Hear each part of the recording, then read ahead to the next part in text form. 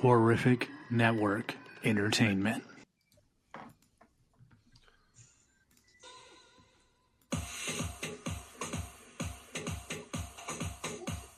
Welcome to the flagship show of the Horrific Network, featuring interviews with icons of the entertainment industry.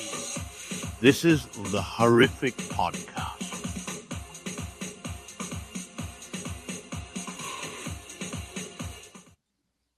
It is a very special Horrific Podcast, man, because my guests on this show are the cast of Ghost Executioners 2.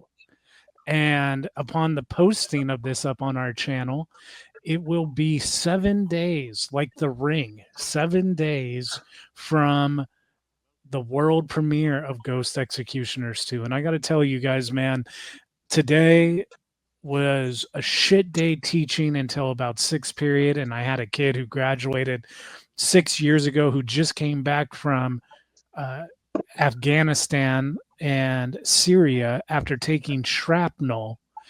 And he came to visit us and he looked at the poster that I have because I have one of the flyers in the room. And he goes, dude, you made another movie? I'm going to be there with a bunch of my military friends. And that like completely lifted my spirits. This thing, 7 days away, is going to be a lot of fun. And the reaction, Kane has seen the movie. So going around, Charlie, what are you looking at, buddy? You're freaking me out right now. The reaction that this thing has had from the handful of people that have seen it has been very positive. I'm really excited, but everybody for the most part that's here tonight hasn't, except for Andrew. And the world premiere is going to be something pretty special. But John and Ashley, the owners of Higby Horror Hunt, they also are Scott and Michelle. You're either favorite or least favorite couple of Ghost Executioners, depending on who you ask. If you ask me or if you ask Jerry, Jerry would definitely say least favorite. Drew, you know what I have to say to that? Fuck Jerry. I was say Jerry's not here, so he can't say anything.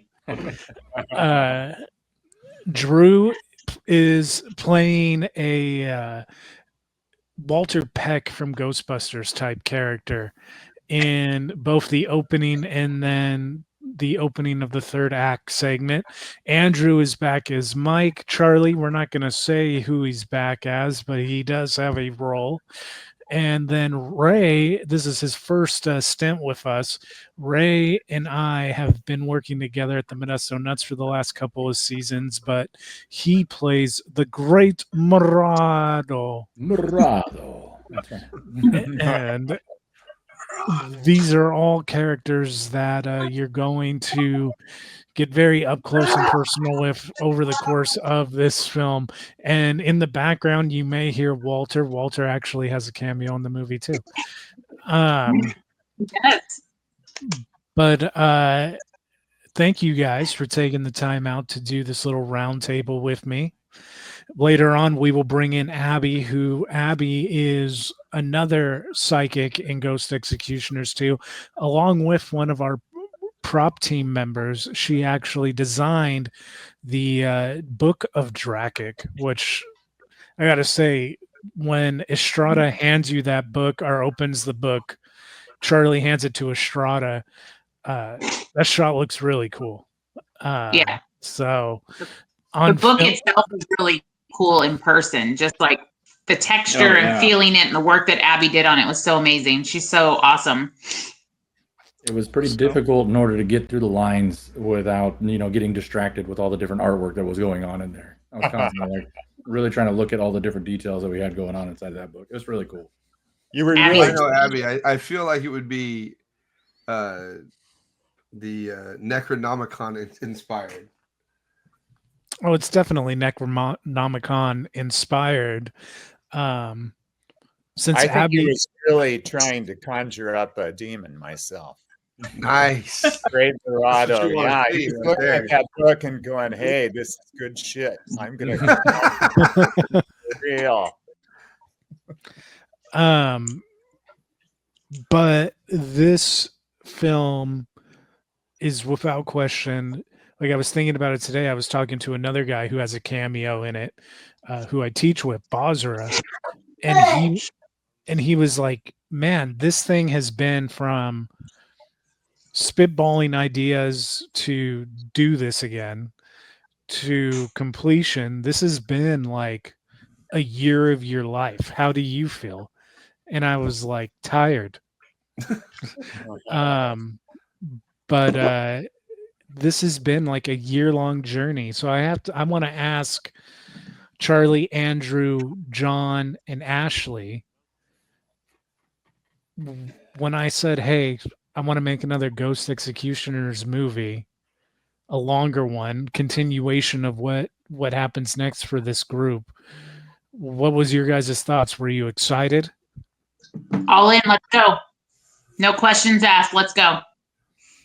I was excited, but I'm also still exhausted from Haunt. And I felt so bad the first day we filmed, Jimmy, because I still like haven't had a chance to recoup at all. And so I just remember sitting there like trying to like remember lines and getting characters, just being like, "Oh my gosh, why am I struggling so much?" So, but eventually, yeah, all the energy and the good vibes came in, and we got on track. So, And then we realized nobody read the script. yeah, that helped a lot. I did. I know you did. We know Charlie did, but it doesn't seem like when we were filming, the rest of us did. I think the I first kind of time feel like Tom Holland, I just want to get fed my lines, so then I'm going to be really excited and surprised by what happens in the film. It was definitely an interesting mix of people, but who could and who could not ad-lib. Because there was definitely some people who wanted it to be exactly. Yeah. No, you wrote it like this, asshole. I'm.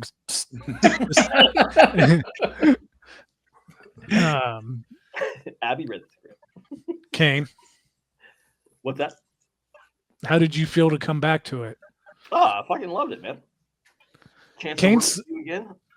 Kane's experience was interesting as a director too, because Kane is in New York. So I literally directed Kane like this. Like he set up his laptop and he recorded himself and he did the thing himself. And that was a I was like a cam girl for you. I'm sorry? I was like a cam girl for you. Oh, Yeah. That's where it stops. Yeah. Sorry, Andrew, you didn't make it to OnlyFans. This was the cut before OnlyFans. They reviewed this it. was only Jimmy fans, is what it was. Jimmy, Jimmy fans only. Jimmy fans only. Hey, that's where it starts for me. That's a buddy. shirt. Where do we subscribe? Oh. So, Andrew, I have a question for you. You saw the movie and we haven't. What is your thoughts? Oh, I fucking love it. What? I can't. No, it's, I I can't think it's hear- ours. What's that? No spoiler. He was Yeah, telling no spoiler. He was telling Xander to shut up. Go ahead, Kane. Yeah, we're getting some Damn. feedback. Are you guys No. getting feedback at all?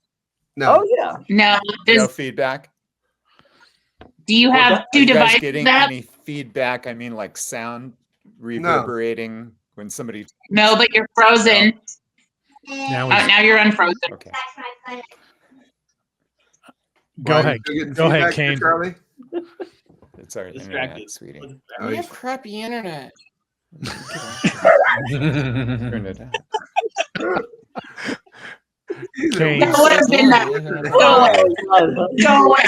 This is why I love it. Xander, We're you gonna can switch complain about rooms, the internet guys. when you pay for it. Really? We got bad internet in here. Xander, turn the devices off. Turn your phone off, Xander. Turn your phone off. Turn the Wi-Fi off. Kane, what did you think of the movie? Oh, it's great. It's like a car wreck you can't look away from. Oh, And it's just beautiful. watching it burn and enjoying that flame. Oh, Charlie just dropped out, so I will bring in Abby right now. hey, it's Abby. Hey! Yay! I guess the internet sucks. Yeah.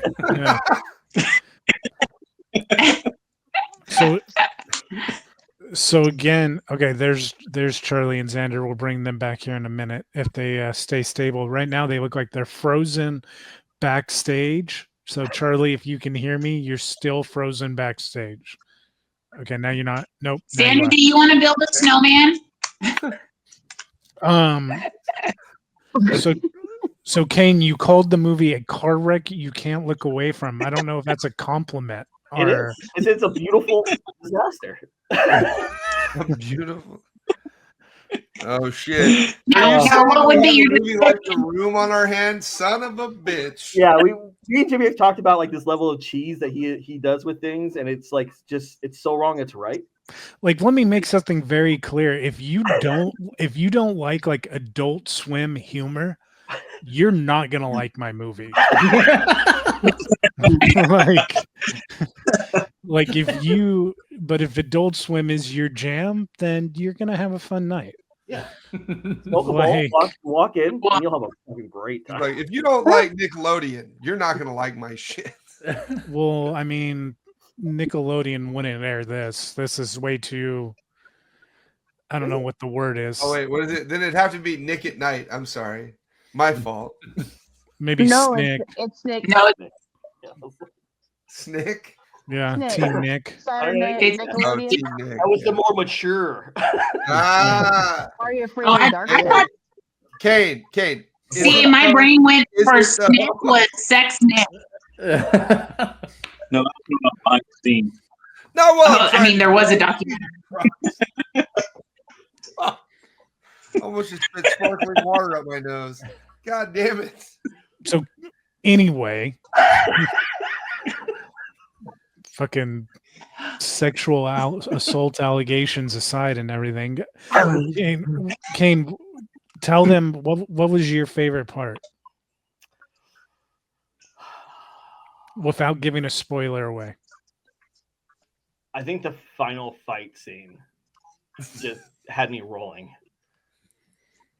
It's funny that you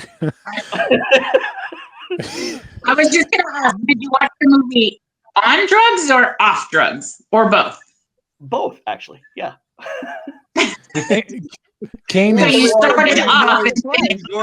Yeah, no, I tried it both ways. It goes right down the middle. It's fine both ways. Kane has seen this thing like every iteration of this thing, so he's seen this thing progress over the last 3 months. Throw his little baby. The fight scene, it's funny that you say that because we're gonna have a live performance at the premiere, live rap performance. A Will Smith Men in Black is to what just someone and only is going to be to Ghost Executioners when he takes the stage right after the movie, and his rap song that he's written based on it. But he watched it, and today I was talking to him, and we both started laughing about the final battle scene. Actually, we laughed pretty hard about there's one shot of Shalita, who plays Jerry. It's fucking stupid. Like it is. It is just ridiculous to a T. Like I was watching it again, and from his pose to damn. It's making me crack up just thinking about it in my mind right now. His fucking hand. But Kane doing this from the other side of the country. How was that experience for you? Pain in the ass. Yeah.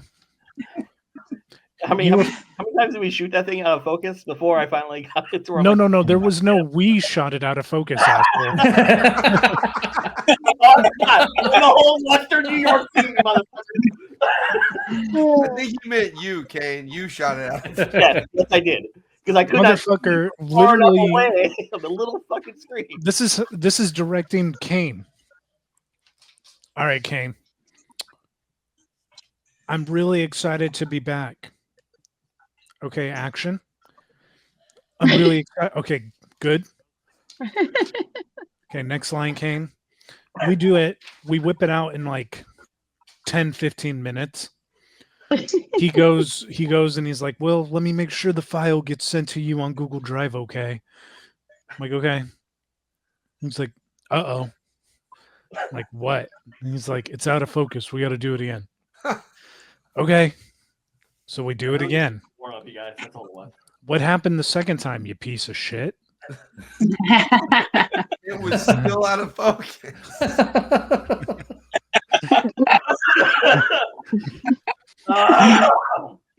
Third time's a Jimmy, charm. maybe right? he wanted to spend time with you, Jimmy. Wait. Doesn't Andrew teach art?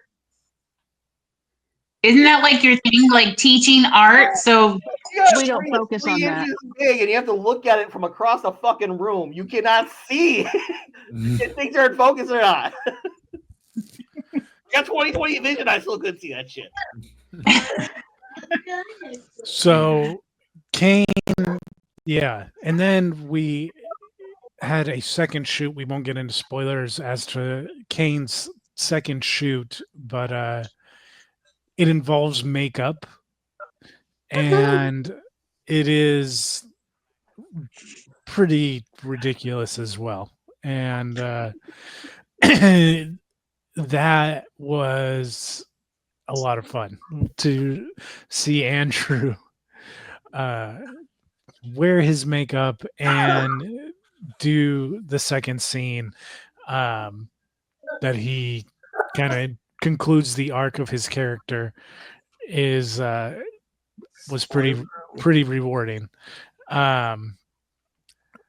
Ray and I have been talking about working together for years. At first it was going to be an audio drama, and shit happens, and then finally the doors kind of opened. That I told him, I was like, you know what, this is actually, the wheels are moving on this, and this will be something that I think is going to end up happening.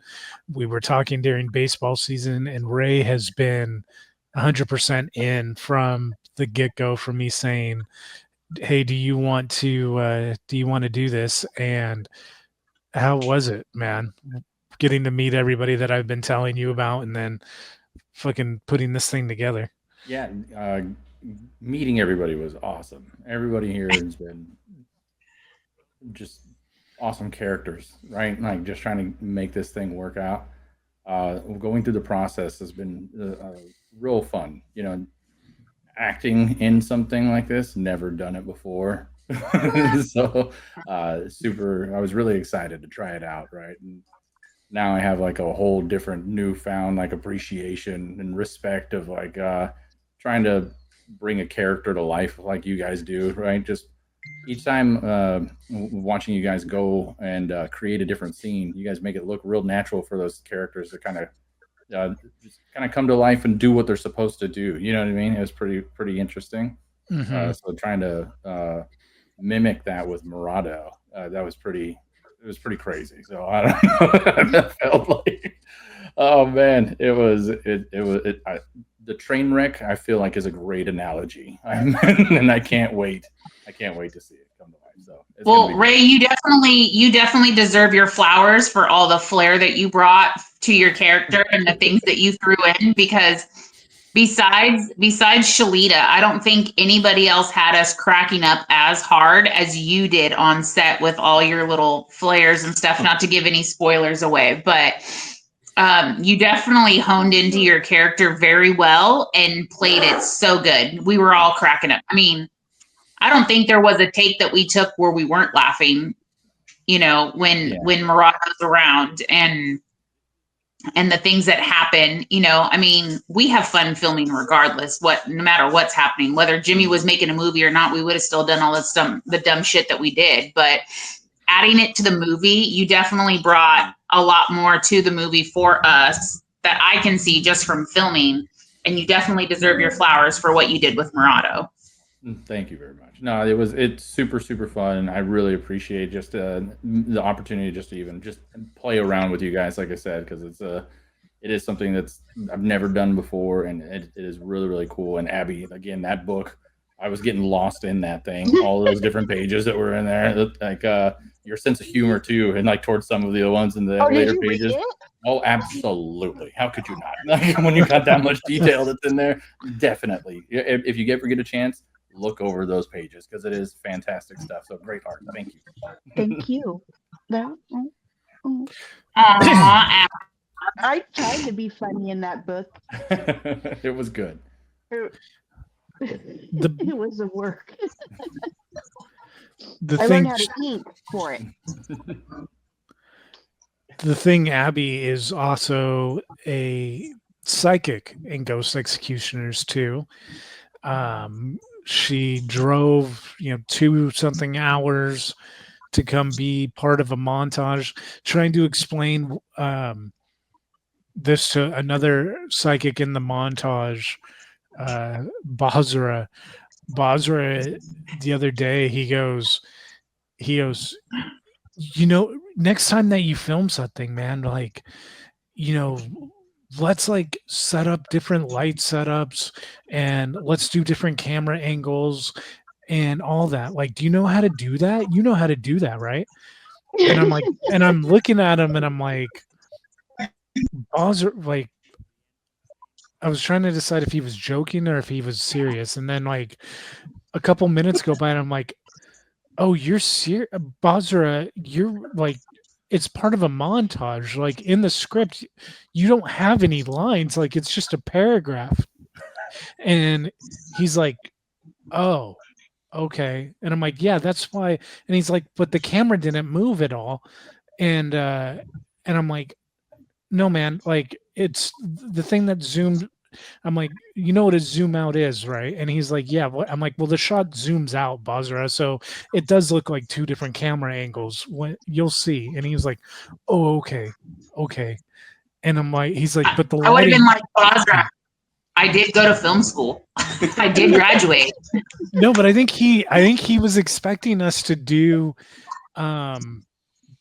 different like 20 shots. takes of the same scene. Yeah, was this like he was expecting big Hollywood? Is that what he was expecting? Yeah, I think he was expecting like the kind of coverage that we did for like this. Spoiler: there's a seance in the movie, or a. But it's a handheld camera thing. You're doing like a documentary, right? Well, Cedar's on that line. Yeah, the shot that we did was an outside shot, like at a table. So for Jimmy to just have that zoom in and zoom out and have that straight shot because there was outside people coming into frame, it worked really well. We didn't need lighting. We had natural lighting outside. It just was really good. So tell Basra to go register with SAG, and then he can come back to you with his demands. Put some money into it. You can be an executive producer. This is the same guy where halfway through filming the scene, he goes, you know what? I'm done, Jimmy. I don't want to do this anymore. I hope you recorded that. I don't remember if that was recorded or not. There's going to be a blooper reel, right? Oh. There's probably going to be like a public blooper reel, and then there's going to be like the behind the scenes blooper reel because there's some shit for sure. Yeah, the Jimmy fans only. We need to make that a webpage now. Jimmy fans only. You're getting a shirt, buddy. I'm making you a shirt.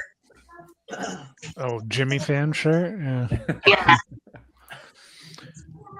Freaking Charlie just popped in and out backstage, and then I don't know what. Again? It's Xander using up all that bandwidth for all that knowledge. You know, since he's in first place. I took that the wrong way.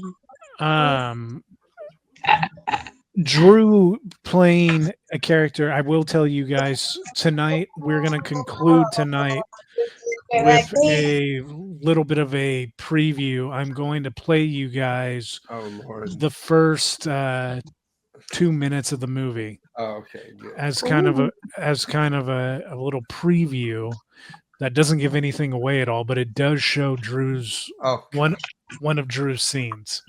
So that will be something that we will close this off with. Everybody will get a good laugh, I guess. I hope. But we say all that to Abby, or we say all that about Basra, but then Abby's cutscene in the montage, we did do different camera angles and lighting setups. Even though her scene is not any shorter or any longer than Basra's, we did totally use 3 different camera angles and 3 different lighting setups to convey what was going on. You like Abby? Yeah, but there was a lot more going on with Abby's scene than there was with Basra's scene. Basra's scene was like a conversation, and Abby's scene was more interactive. With people moving and getting up and stuff like that. So I like whoever said they like Abby better. It became like a bitter scene. No, well, there was no lines for any of these scenes. All those scenes were ad-lib. Yeah. I didn't even find it. I read the script, Jimmy. I was not in there. I looked everywhere for it. I was like, okay. So while gypsy, where is it? Where is it? I'm going to put Drew behind stage and bring Charlie in while we have Charlie, because I don't know how long the connection's going to last. Charlie, welcome back. Yeah, yeah. We were trying a bunch of other things. We changed rooms, and so I Charlie, think we may have it now. You changed clothes? We changed rooms, hon. Oh. Xander, use your data. Don't use Wi-Fi, Xander.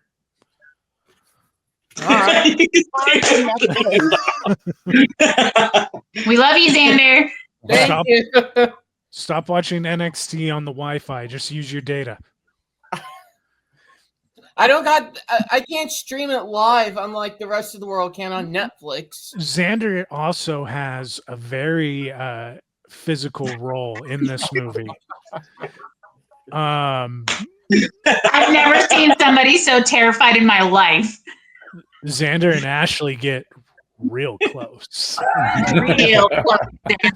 I can feel you breathing on my legs.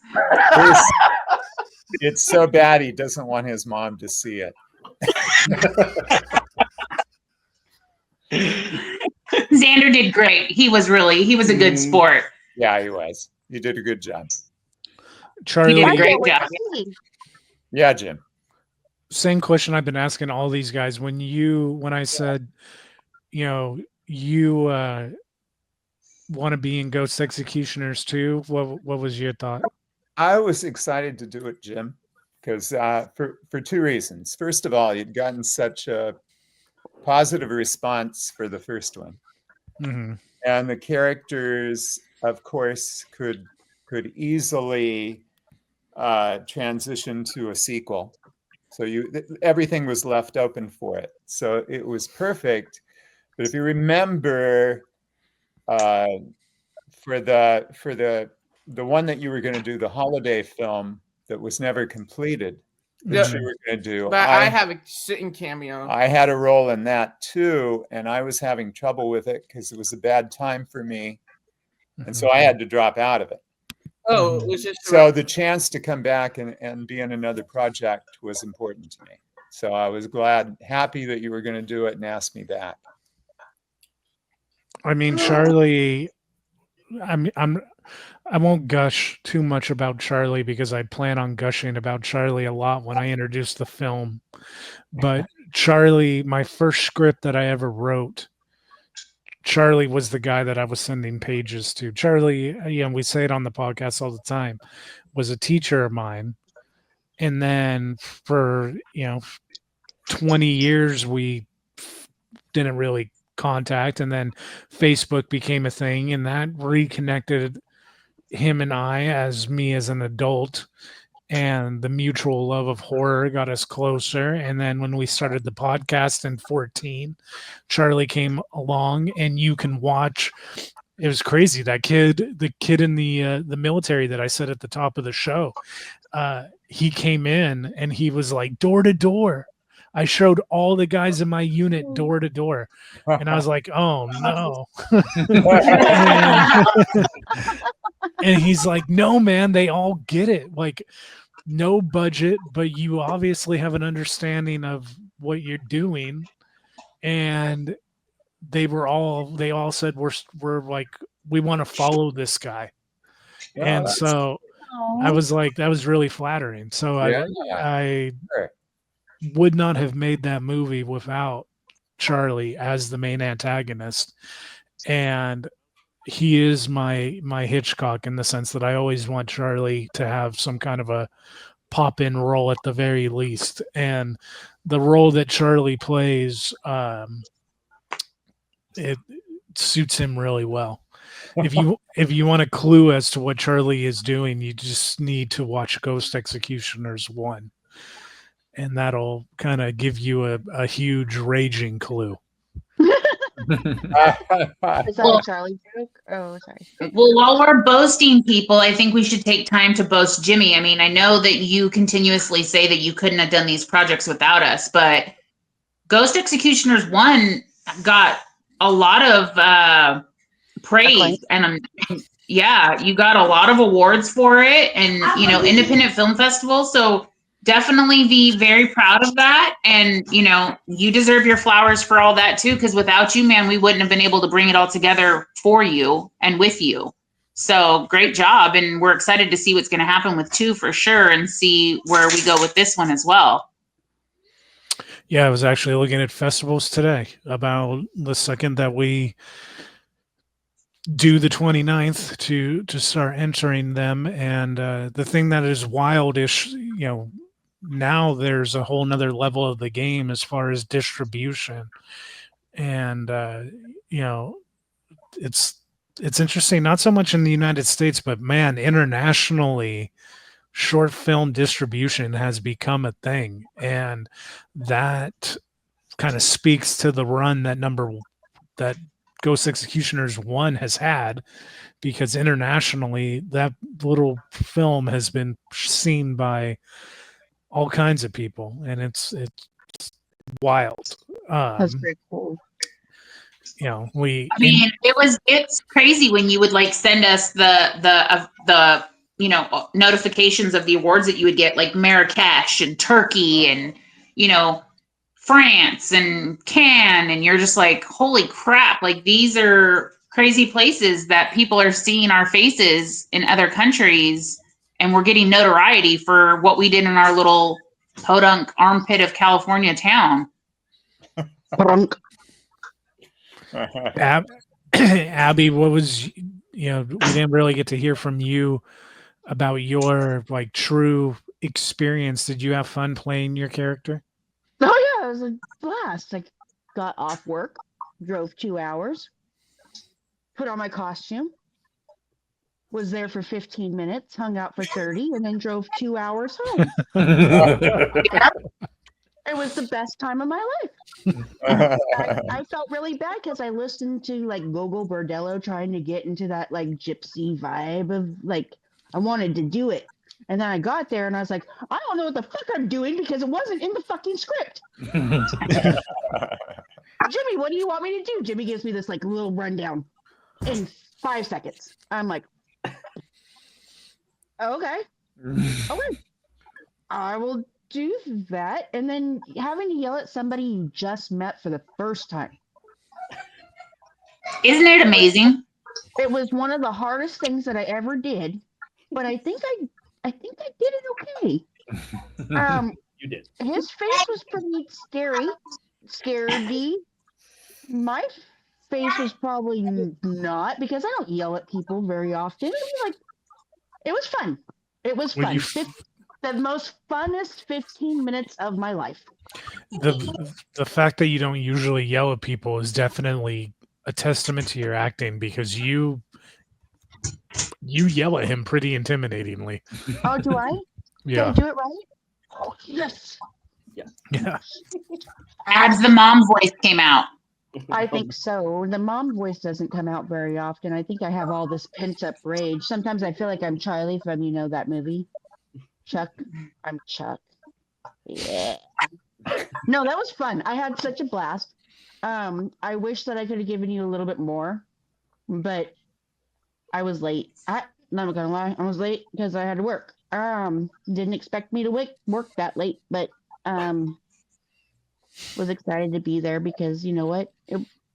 You said, "Hey, we need another gypsy." Okay, sign me up.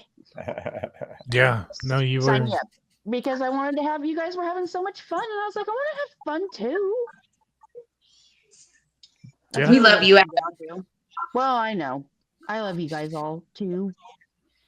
But nobody drives 2 hours for 15 minutes. She's not gonna lie. MVP, Abby, MVP. Jimmy fans only MVP. That's right, because Jimmy, you're worth it. Well, Maybe you thank should you. put that in the ending credits, Jim. Thanks to Abby, who drove 2 hours for a 15-minute segment in the movie.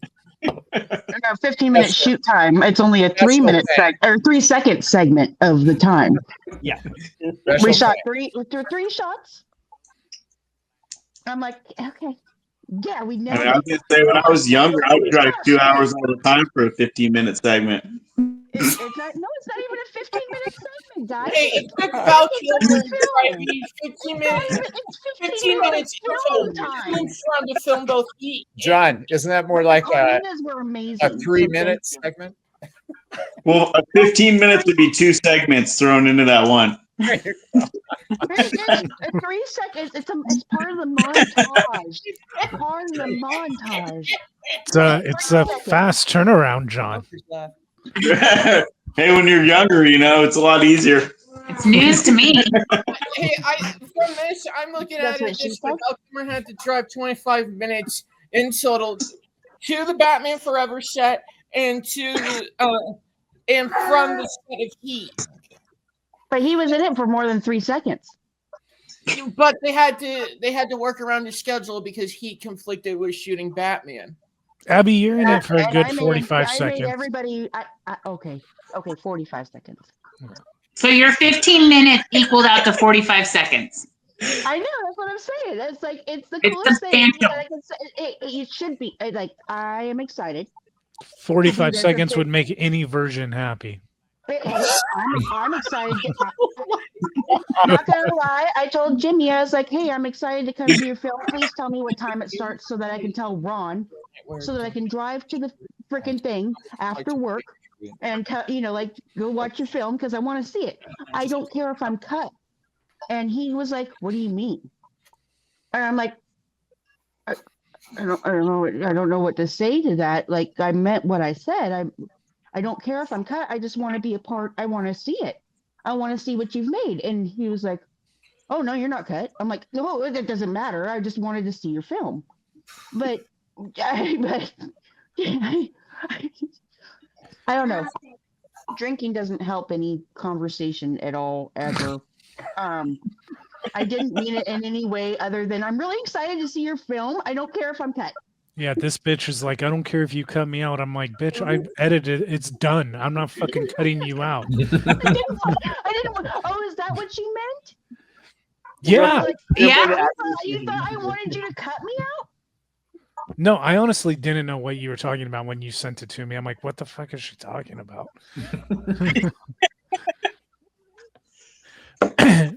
All right, Abby, I'm gonna put you in the back just so we can talk to Drew for a minute. For real. Thank you, Jimmy. Yeah. Okay, so Drew plays, like I mentioned at the top, this Walter Peck figure, he's instrumental into carrying the story along. There are certain interludes that happen in Ghost Executioners 2 that, first act, second act, third act, and they're all you'll see it when you see it. But Drew is in 2 of the 3 of these interludes for a very specific reason. And how was it filming for you, man? It was actually really fun to do it, just because I was able. You let me basically just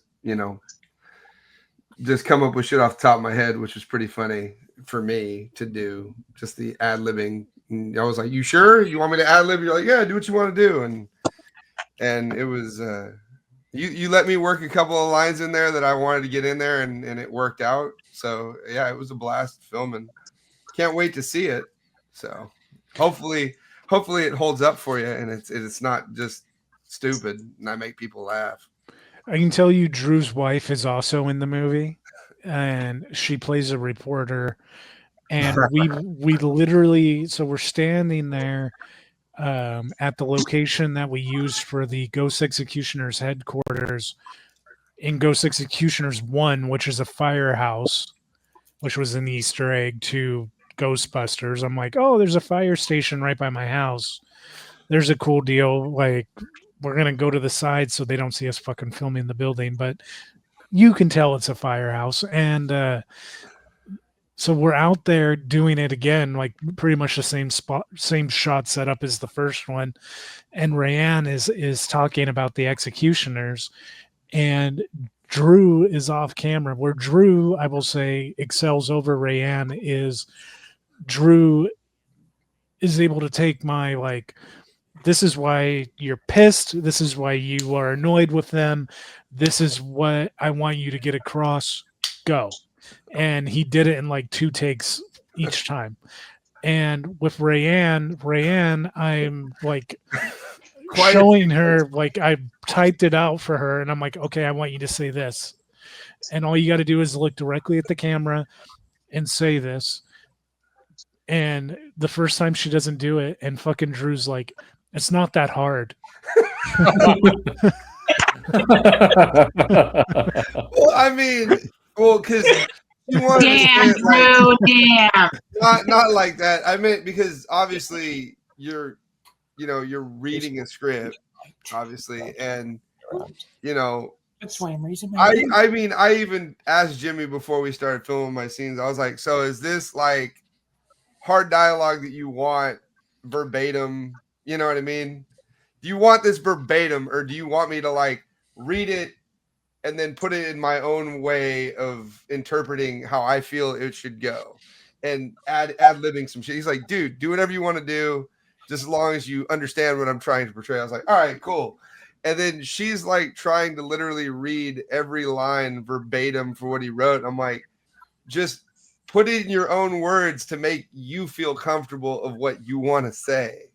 And she's like, whatever. I bet you probably did it in like 2 takes. I was like, no. But no, it was a blast watching her try, her first time doing something like that. So it was fun to watch my wife do it too. So it was fun that, I appreciate you including me and Rayanne in it. It was, it was a blast. She had a fun time doing it as well. Obviously she's tired. She's not on camera, but she had a blast doing it. So yeah, no, I appreciate you including us. Xander, this is not class. You don't have to raise your hand, but go Yeah, ahead. it's what I'm telling him. My mom taught me it's polite to wait and raise your hand. What did you want to say, buddy? Well, when it gets to the headquarters, did you add an homage to the Super Friends cartoon with "Meanwhile at the Legion of Doom"? Or "Meanwhile at Ghost Executioner headquarters"? Like Hey, that. Jimmy, you want me to field that one? I'll field that one. No. Oh, come on. That would have been the best comedic thing. Like the Family Guy. Meanwhile, in Xander's mind.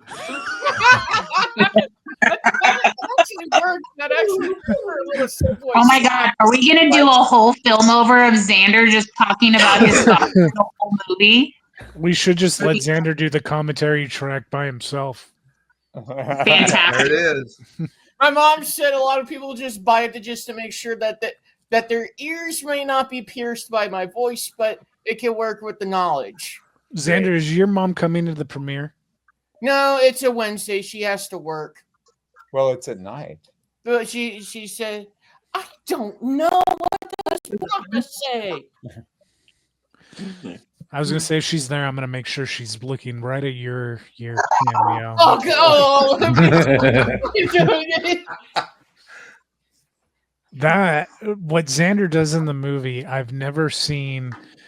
The amount of pure terror on my face. He was legitimately afraid that he was gonna get in trouble with his mom.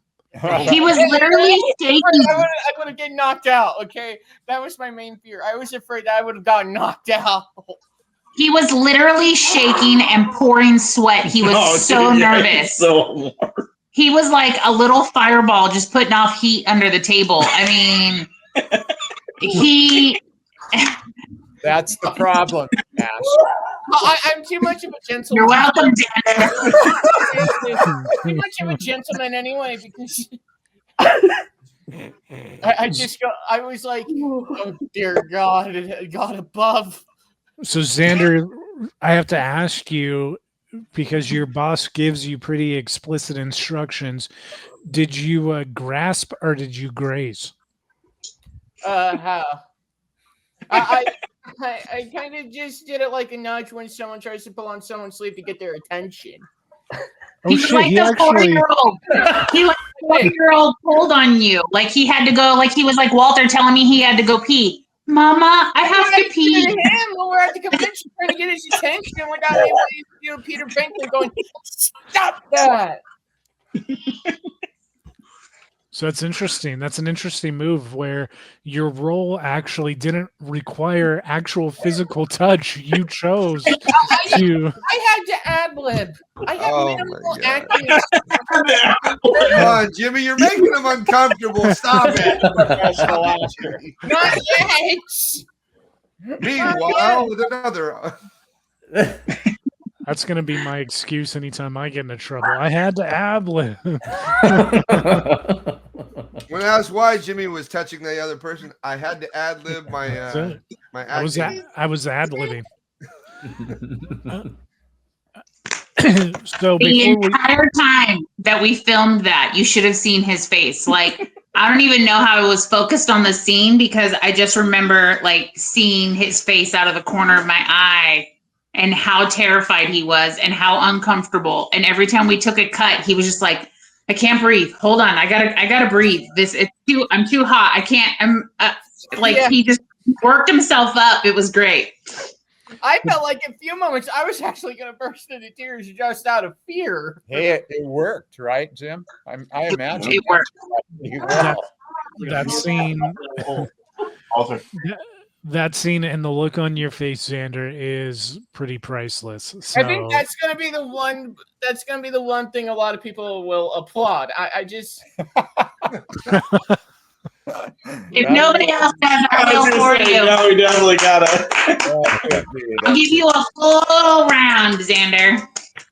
Yeah, I'll tell you what, Xander. If no one applauds, we'll start an applaud in the live audience for you, buddy. Yeah, we will. Yeah, that's a good. That one lone slow clap. Oh wait, two Shia LaBeouf. Well, not in the teen movie slow clap. You son of a bitch! You took it from me. So, Jimmy, let's turn this to you. I mean, how was it for you to come to realize that you wanted to do a sequel, to write it out, to get everybody together, to film this whole thing? Like, how was that for you? Like, the real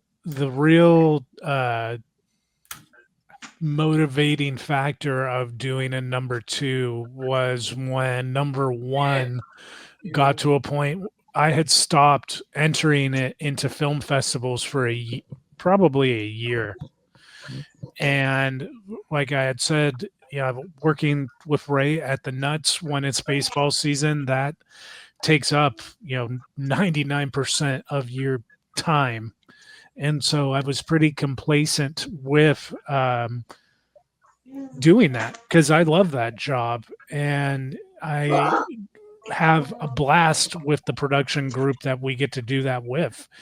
And that is, still directing, and it's still, doing a product. And, we were number 1 out of all of single A and number 9 out of all Major League Baseball last year. So the product that we put out we're very proud of. And we, like I was saying, we were having fun. But then this weird thing started to happen in between baseball seasons of I wasn't entering into festivals, but festivals were hitting me up saying, "Hey, we want to play your movie." And even though it's 3 years old, we want to play your movie. Hey, over here we want to play your movie. And then it turned into, not only do we want to play your movie, but guess what? Your movie's winning for this. And it won for this. And getting hit up by I have to shout him out, Euros Carticelli, the composer of this film, which is, I was like, you want to compose a film done by me? Like, you realize that I am nobody. And he was like, no, is this Ghost Executioners 2 you're making? And I was like, yeah. And he's like, send me what you have. I am interested. And so it really snowballed into okay, I think these characters are due another one. And through that, I started just kind of jotting ideas down of how we would do this with Andrew on the East Coast, what the motivating factor would be to keep the West Coast group together while he is out there. And the rest is kind of history, man. All of a sudden, I had the 25-page script, which translated into a 40 something minute film. And it was just kind of like, okay. And then we got to set, and the first day, it's funny, John saying that he felt like shit because the first night of filming, Shalita Jerry threw his back out.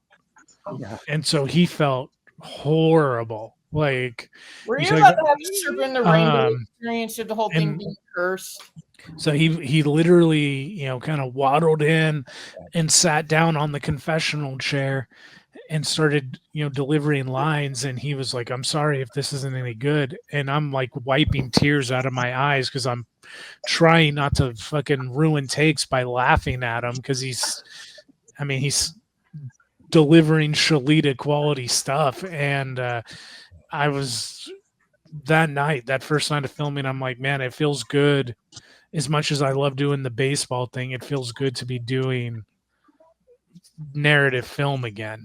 And this really has become the best thing that I have done since doing film. Best thing that you've done yet. Yeah. Well, yeah. I can't speak to the future, but you can always. Oh, there's more coming. We know it. We know that, Brain. There's more. Will that shit into existence, Jimmy? Will it manifest that shit? Manifest destiny. Well, I can say prayer circle, what people do with the candle emoji and a word in the middle of it. I can say for the first time on this podcast, if you're listening to this, there will be a Ghost Executioners 3. There it is. Just make sure we have a catchy song in it, like Halloween 3 does. What? Make sure you have a good table for Xander to hide under. Ghost Executioners 3, where Jimmy fans only. Travel. And it doesn't have nothing to do with it. And if you come to Ghost Executioners 2, you will kind of get a sense to the direction that we are going in Ghost Executioners 3. There will be Muppets. Stay through the credits. I will tell you that. Stay through the credits. But yeah, man. That was really it. Yeah, we're lucky that we're a multifaceted group of friends anyway. And so knowing that all this is just more opportunity for us to hang out, because that's really what we are. We're a group of friends that's, making a movie, but at the end of the day, it's really about the fucking fun that we have while we're doing it.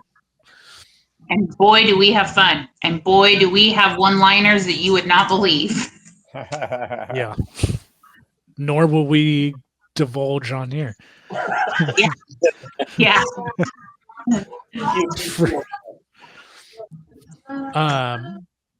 But with that, I guess we'll save closing thoughts going into next week, and then I will play you guys the first couple minutes of the movie as a little special preview here. So, Kane, what do you want to leave everybody with before this thing airs?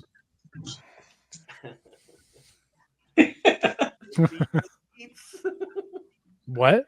Beautiful car wreck. Yeah, the traffic to your seats and prepared not to look away. They won't let you. Charlie? Well, first of all, I want Kane to put some pants on.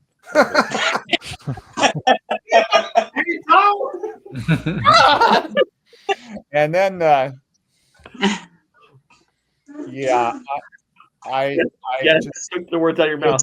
It's going to be fun, but I was thinking about it. I'm going to bring this up during the panel. Every super successful horror film director who started with low budget films like this has had a circle of support of friends that were very important in the creation Dennis Hopper of did. the film. Dennis Hopper So, with Easy Rider, he did. You know, I'm thinking of, George Romero. He used his local group from Pittsburgh for Night of the Living Dead. I'm thinking of Sam Raimi. He had all these guys he went to school with, high school with, basically. Dennis Hopper and Easy Rider. He had. We got it. Dennis Hopper. Yeah. All right. We could even say Kevin Smith with, the crew. That's Yeah. right. Absolutely. So this is that kind of situation. So that's a John Carpenter. great jumping off point for You a forgot career. him. John Carpenter. With Halloween, look at Right. Drew? Yes, Halloween, Xander. Yes, we know. I'm ready to see it. Honestly, that's Stop it already, Jimmy. Yeah, no, I'm ready to see the movie. I'm ready, and like I said, it was a blast being in it. So I'm ready to see it. I want to see the finished product, and hopefully, I can continue the character into the next film. Okay, so we'll put Drew in the back so Abby can say her final thought. Abby, you got any final thoughts going into next week? You're muted. You're muted, Abby. I am super sorry.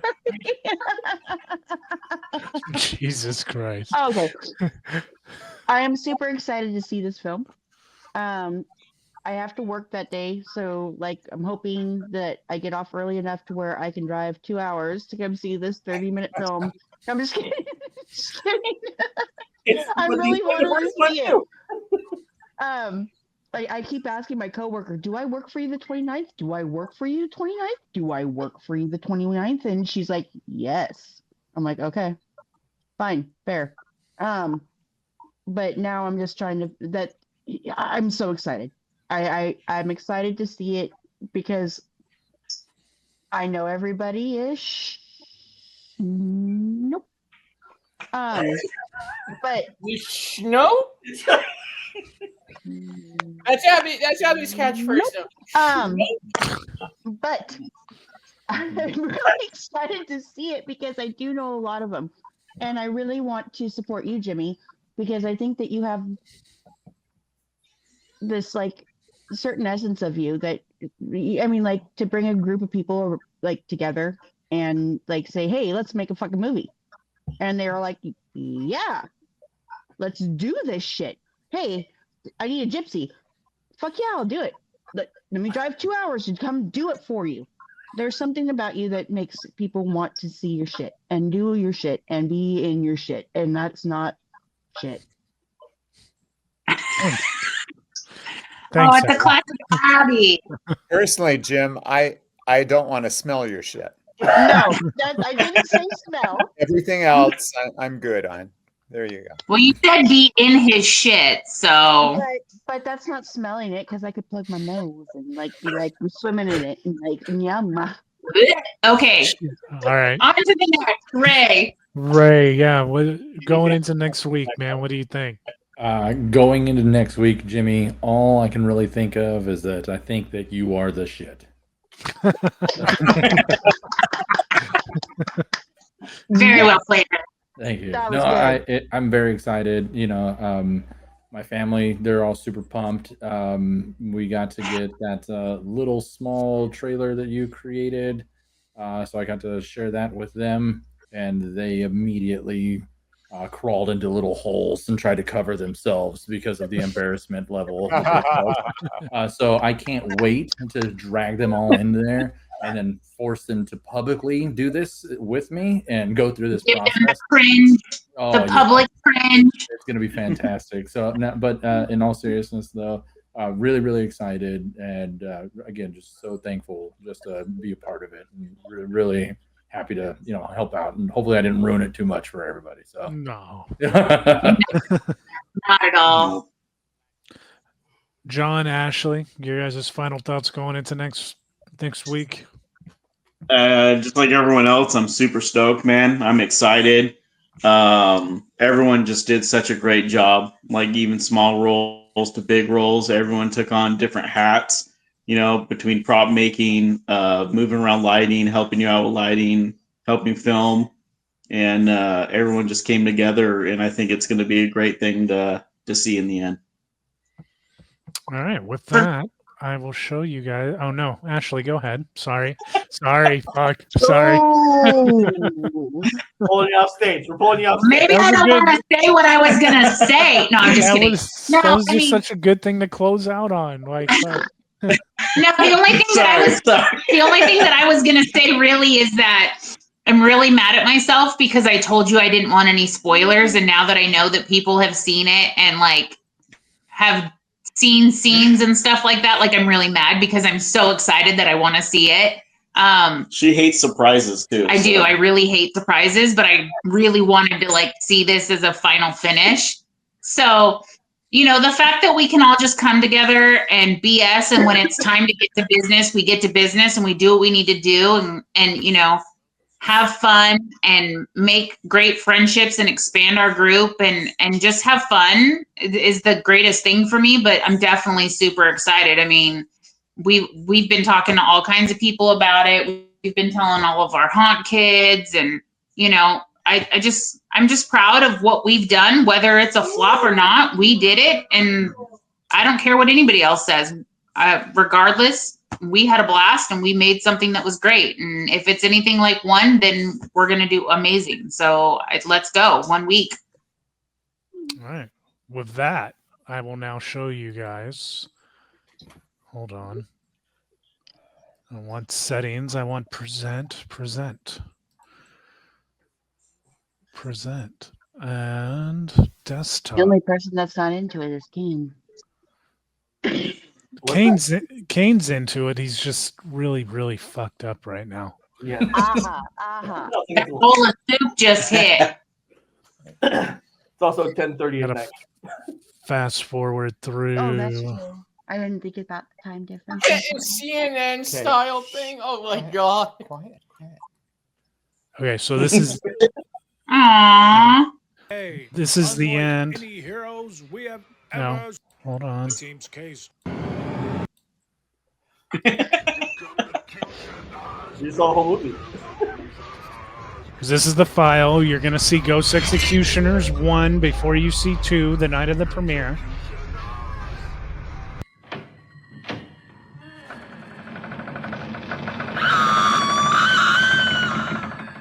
Horrific Network Entertainment.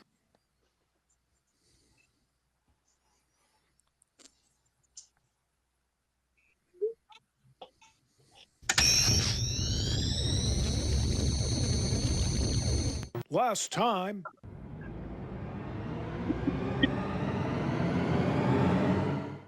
On Ghost Executioners, young entrepreneur Mike starts a paranormal investigation team unlike anything we have seen before.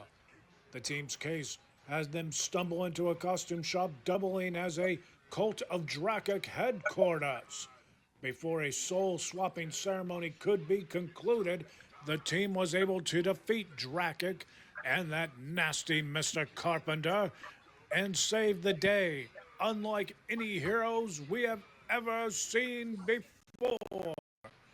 Let's find out what adventures are in store this week on Ghost Executioner.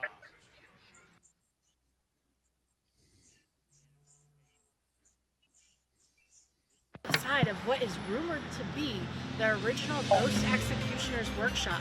They have not been seen since the Cult of Drakic incident. There's absolutely no doubt in my mind Ghost Executioners and the popularity that this show has is blown way out of proportion. The fact that these clown shoes got a second option for a season blows my The only one that's got talent on their squad has got to be Jerry. Let me tell you, I know talent. You know what time it is? Tell me. Spec match season. Oh, God, what now? Well, rumor has it that Ghost Executioner show has been picked up and might be on the network, so... Interesting. I do know that guy Jerry posts from the event. He's my least favorite on the show. Ooh. Mine too. Courtroom drama continues to unfold here, in the sleepy North California town. Today, the jurors saw one of the children that the cult supposedly tried to brainwash, along with costume shop owner Darren Carpenter. Carpenter's attorneys, however, refused to answer any questions by the media after his appearance on the stand. That's you, Charlie. If there's any Nice ghosts pick. or spirits or spectral entities, make yourselves known. Why do you have to say it so loud? It's already scary, and it's not like we're the ghost executioners. Well, no one's as good as the ghost executioners. JSHR, wonderful hanging with you. Entertainment news, let's dive into that. The Ghost Executioner show, it has been picked up for further episodes. The news comes on the heels of the group finding that weird cult and releasing the pilot episode Rough Cut before it was purchased by TBB Studios. I'll tell you what, if you read into that story, and you have to dig a little bit, that stuff is wild, folks. And that's all you get. Ah, nice. Spoil sport. That's not fair. That isn't fair, Jim. You're being a spoil sport. That's what you are. That's right. What he said. I wanted more. Well, that's Well, you good. just have to wait. Come to the It's all been made back. So How long if do I have to don't wait, make Jimmy? it to if I don't make it to the premiere, do I get to see it at least?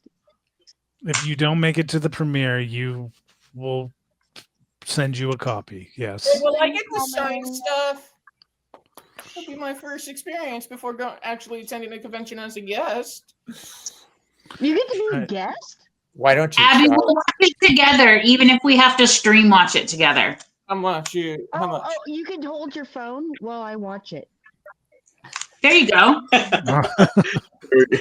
I'll live stream it for you. There you go, Jimmy. We're already planning on bootlegging it. I'm kidding. I'm going to be there.